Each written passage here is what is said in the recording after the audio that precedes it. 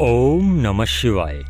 आज हम योग के जो 8 अंग हैं, जिन्हें हम यम, नियम, आसन, प्राणायाम, प्रत्याहार, ध्यान, धारणा और समाधि के नाम से जानते हैं, तो उन्हीं में से सिर्फ यम और नियम पर बात करेंगे और उस पर चर्चा करेंगे कि यम और नियम आखिरकार हैं क्या और इनको कैसे साधा जाए।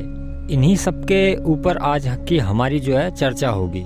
तो सबसे पहले तो हमें यह जानना होगा कि यम और नियम क्या हैं। तो देखो, हर योगी साधक को अध्यात्म में उन्नति प्राप्त करने के लिए यम और नियम में परिपक्व कुशल होना पड़ता है। अगर साधक यम और नियम में कच्चा है तो उसकी साधना करने का उसको कोई भी फल प्राप्त नहीं होगा। इसलिए यम और नियम पर ज़्यादा जोर दिया जाता है। तो सबसे पहले तो हम यह जानते हैं कि यम क्या है और उसके बाद में फिर नियम पे बात करेंगे। पहले हम यम के बारे में बात करते हैं कि आखिरकार यम क्या है और इसको कैसे साधा जाए। तो देखो, यम का अर्थ होता है अहिंसा, सत्य, असत्य, ब्रह्मचर्य और अपरिग्रह। और ये जो यम है, इससे जो है चित्त की शुद्धि होती है। यम जो है वो चित्त शुद्ध करने का एक तरीका है। और साधना पथ पर अगर हमें चलना है, अध्यात्म में अगर हमें विजय प्राप्त करनी है, तो हमें चित्त की शुद्धि करना तो बहुत ही आवश्यक होता है। तो अब हम ये जानते हैं कि यह अहिंसा क्या है और अहिंसा कहते किसको हैं। तो देखो, अहिंसा उसको कहते हैं कि शरीर, मन और वचन के द्वारा कभी किसी प्राणी के ऊपर हिंसा ना करना, उसे चोट ना पहुंचाना, उसे किसी प्रकार का दुख ना देना, इसको अहिंसा कहते हैं। और देखा जाए तो अहिंसा से बढ़कर कोई धर्म नहीं है और मनुष्य के लिए, हर एक जीव जंतु के लिए अहिंसा भाव रखने से ज़्यादा कोई सुख भी नहीं है। इसलिए साधक जो होता है वो हर एक जीव के लिए अहिंसा का भाव ही रखता है और हर किसी पर दया करने लगता है।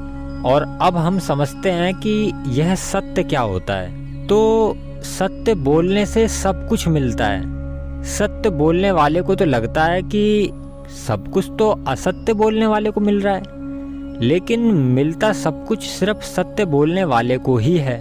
और यह सब कुछ समय दिखा देता है। जो जैसा है उसे वैसा ही बोल देना ही सत्य होता है।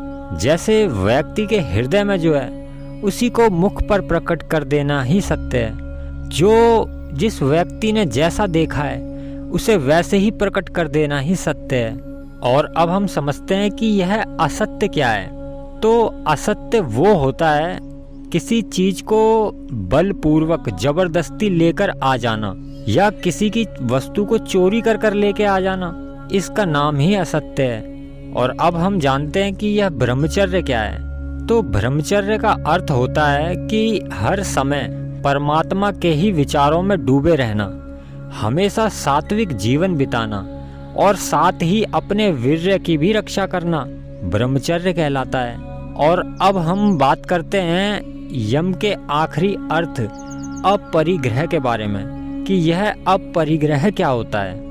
तो अपरिग्रह का मतलब यह होता है कि जब व्यक्ति साधना करता है तो वो अपने हृदय को पवित्र रखने की कोशिश करता है, उसे पवित्र रखता है।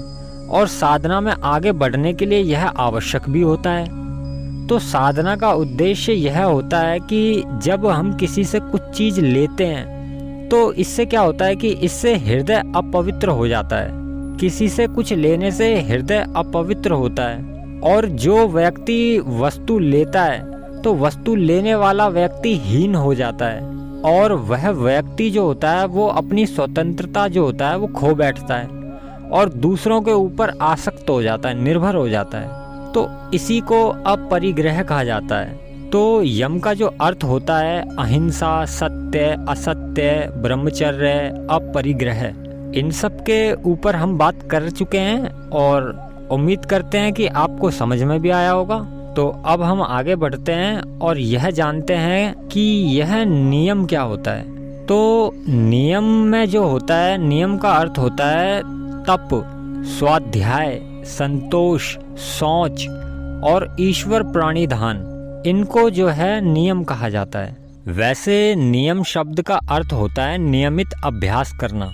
तो अब हम बात करते हैं नियम के जो अर्थ हैं उनके बारे में। तो सबसे पहले हम बात करते हैं तप के बारे में कि तप किसे कहते हैं। तो तप उसे कहते हैं कि अपने शरीर के ऊपर संयम करना, व्रत उपवास करना या किसी भी अन्य उपायों से शरीर के ऊपर संयम करने को ही तपस्या कहा गया है। और स्वाध्याय किसे कहते हैं? स्वाध्याय कहते हैं वेदों का या अन्य किसी धार्मिक पुस्तक या मंत्र उच्चारण करके बार बार इन सब का पठन करना, उच्चारण करना, इनको स्वाध्याय कहा गया है। जिन भी धार्मिक ग्रंथों का हम अध्ययन कर रहे हैं उनका बार बार में अध्ययन करना, उनको बिल्कुल रट लेना, एकदम शुद्ध कर लेना, इसी को स्वाध्याय कहा गया है। तो अब हम समझते हैं कि ये सोच क्या होती है। तो देखो, सोच जो होती है वो दो प्रकार की होती है।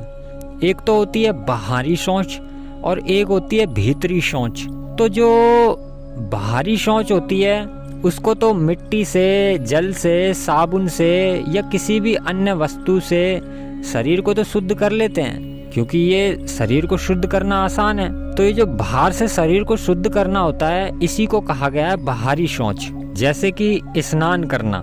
और भीतरी सोच कैसे हो, भीतर से सब कुछ शुद्ध कैसे हो? तो देखो, भीतरी सोच होती है व्यक्ति के सत्य बोलने से और किसी के साथ भी हिंसा ना करने से और सबके साथ में न्याय करने से, सबके ऊपर दया करने से, धर्म का पालन करने से, किसी को भी दुख ना देने से, हर एक प्राणी मात्र पर दया करने से मन की शुद्धि होती है। और इसी को ही भीतरी शुद्धि कहा जाता है। और आपके पास में जो भी कुछ है उसी में संतुष्ट रहना चाहिए और हमेशा ईश्वर की स्तुति करनी चाहिए, उनका ध्यान करना चाहिए, उनकी पूजा अर्चना करनी चाहिए। उनकी भक्ति करने का नाम ही ईश्वर प्राणिधान है। तो हमने यम और नियम पे बात करने की कोशिश की, इसको समझने की कोशिश की कि यम और नियम क्या हैं। तो उम्मीद करते हैं कि आपको कुछ नया जानने को मिला होगा।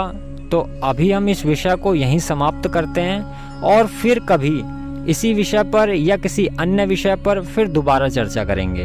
ओम नमः शिवाय।